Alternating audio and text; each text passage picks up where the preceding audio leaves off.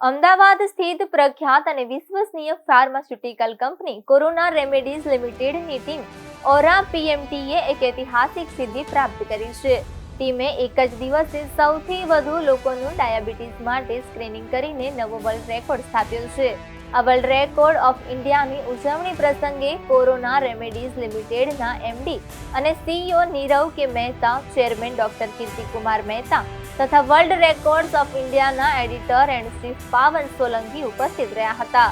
આ પહેલનો મુખ્ય હેતુ ડાયાબિટીસ અંગે જનજાગૃતિ ફેલાવી સમયસર નિદાન પ્રોત્સાહિત કરવું અને પ્રિવેન્ટિવ હેલ્થ કેરને મજબૂત બનાવવાનો હતો. આ વિશાળ આરોગ્ય અભિયાનમાં ભારતના 233 સ્થળોથી 434 ડોક્ટરોએ ભાગ લીધો હતો. એક જ દિવસે કુલ 7086 બ્લડ શુગર સ્ક્રીનિંગ સફળતાપૂર્વક કરવામાં આવી હતી. નોંધપાત્ર સિદ્ધિને વર્લ્ડ રેકોર્ડ્સ ઇન્ડિયા દ્વારા સત્તાવાર રીતે માન્યતા આપવામાં આવી છે.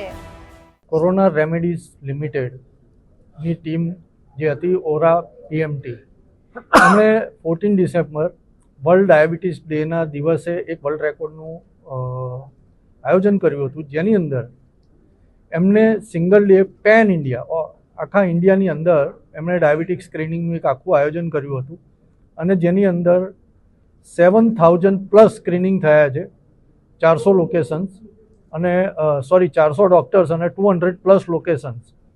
અને આ આખું એમની ઓરા પીએમટી ટીમે બહુ જ સરસ રીતે આયોજન કર્યું હતું અને એમનું ડોક્યુમેન્ટેશન થયું. અને આજે અમારી વર્લ્ડ રેકોર્ડ્સ ઇન્ડિયાની ટીમ અહીંયા આવી હતી અને એમનું વર્લ્ડ રેકોર્ડથી સન્માન કરવામાં આવ્યું છે. તો હું કોરોના રેમેડીઝનો આ બીજો રેકોર્ડ છે. એની પહેલાં એ લોકોએ બ્લડ શુગર ટેસ્ટિંગનો આખો એક રેકોર્ડ કરેલો હતો અને આ સેકન્ડ રેકોર્ડ એમનો ડાયાબિટીસનો છે.